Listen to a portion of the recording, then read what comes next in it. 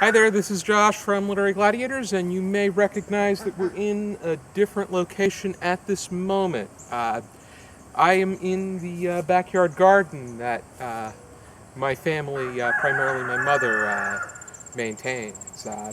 Right here we have black-eyed Susans, and behind that we have herbs that we use for cooking, for teas. The reason that I'm in the garden right now is because I'm getting ready for the garden book tag that I'm going to be doing. And in order to get into the spirit, I thought we could include some of these flowers and plants and so many various things that we grow on our property. We also grow vegetables. So we're going to head into my library right now, and we're going to answer the questions in this particular tag. So let's go. It's Josh again. I hope you guys enjoyed looking at my garden. My mother really puts together something quite nice. She's as dedicated to that as I am with my library and with books and reading and maintaining this channel. But today I'm going to be doing the garden book tag created by the absolutely amazing Amy from the Dusty Bookshelf, and I was tagged by Stephanie from Little Paper Hands. She's also quite extraordinary.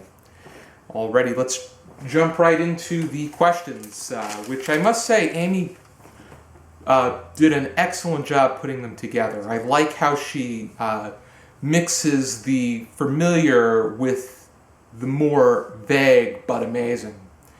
We definitely need some underrated selections in our book tags. Alrighty, the first one is Rambler Rose. A long read with multiple characters and plot lines. Its twists and turns put on a show with language. And the first thing I think of when I think of multiple characters and multiple stories, I think of It by Stephen King. Over 1,000 pages long. It took me about a month or so to read it, but I really had an amazing experience making my way through the multiple meaningful stories. And the language is just classic Stephen King, something only Stephen King can do.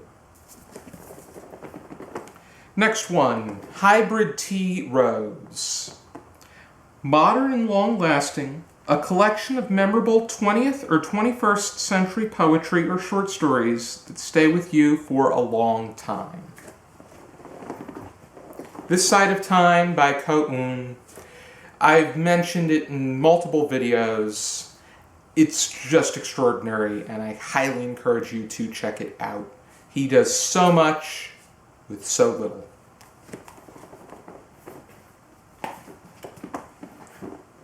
Next one is Lilacs, a seasonally inspired book that you look forward to revisiting every year.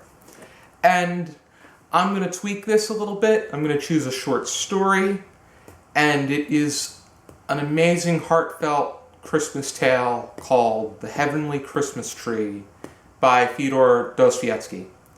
You can find it in a collection that I'm going to refer to later on, 75 Short Masterpieces, and it has to do with a young boy seeking a Christmas miracle. It's just really heartfelt, and while it sends shivers down your spine, it's also honest and straightforward. Next one is Bleeding Heart, a beautiful dark work that broke your heart. I chose Cujo by Stephen King. For those of you that have read it, you probably have an idea as to where I would be going, but after reading this, I felt like I got punched in the gut. Stephen King just does such an amazing job putting together a tower of blocks, and does just as much of an amazing job knocking them down so that it sparks some kind of reaction to the reader. Next one is Queen Anne's Lace, a work that is sometimes seen as a weed, but that you see for what it is, great literature. For that, I chose The Stranger by Albert Camus. There's a good amount of people that see this as being the amazing novel that it is, and I am one of them. But for some reason, I see a lot of people that complain about just not getting it, which I disagree completely. Next one is Forget Me Not, an early bloomer, a work you read early in life and will never forget. And this is something that was read to us in pre-kindergarten, and I have revisited it in order to prepare for the original Works from Childhood episode. And that's The Ghost's Dinner by Jacques Duquesnoy. Or Duquesnoy. I'm not sure, but it's just such a creative idea to have ghosts turn ghosts resembling the food that they eat at this particular dinner. And just all of the amazing lighthearted antics that take place. The next one, Pansies. A classic that's losing popularity. Once upon a time, everyone had them in their garden or library. But now they're being replaced by begonias.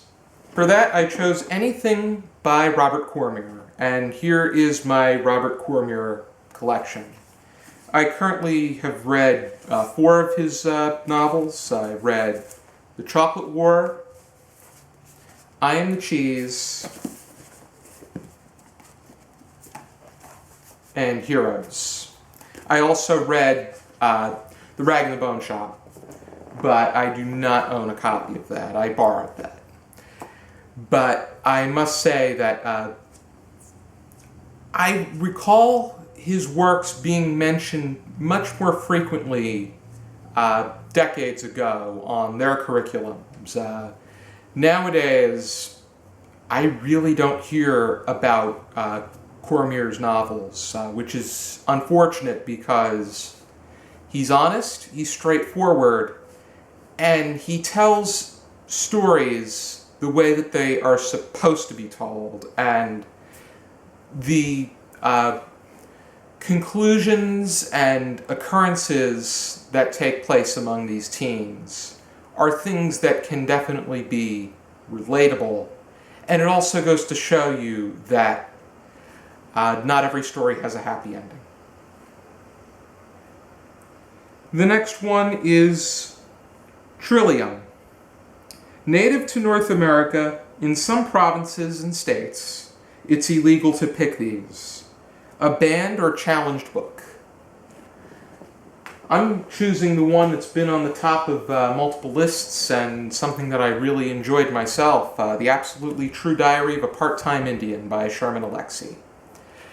This was being taught in a short novel class that was taking place around the time I was attending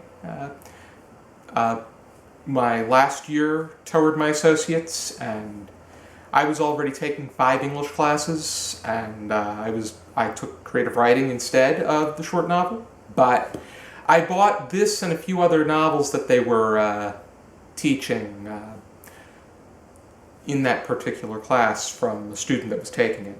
And I'm glad that I got to this because it's so creative and it really brings humor to such a dark and depressing topic. I highly recommend Absolute True Diary of a Part-Time Indian, and I do want to read more from Sherman Alexie. Next one is Orchid, a work that was as challenging to read as it is to maintain an orchid. Choosing Les Mis by Victor Hugo. I currently have only completed 51% of this particular novel, and it is quite a challenge. I'm enjoying it, but it's a challenge. I plan on getting back to it, but I'm planning to read some other things first. Next one is Fern, a book that sparked your initial interest in a topic before soaring into a whole TBR of books on that topic. I chose 75 Short Masterpieces, edited by Roger Goodman. This has opened me to reading more short stories, reading more world literature, exploring literature for everything that it has to offer. And the fact that these were short stories, it was such a great beginning. The bonus question is, what's your favorite flower or plant? And the one that I would be interested in owning is something called a Swiss cheese plant. If you know me well enough, you will know exactly why. But I would just be curious to see what one would look like in my garden, and how it would be to maintain the particular plant at hand. Alrighty then, it's time to tag some people. I'm going to tag 5 people. I was looking through the people that have done this particular tag, and I was trying to pick people that have not been selected, but if they were, just another person to encourage you to do this tag.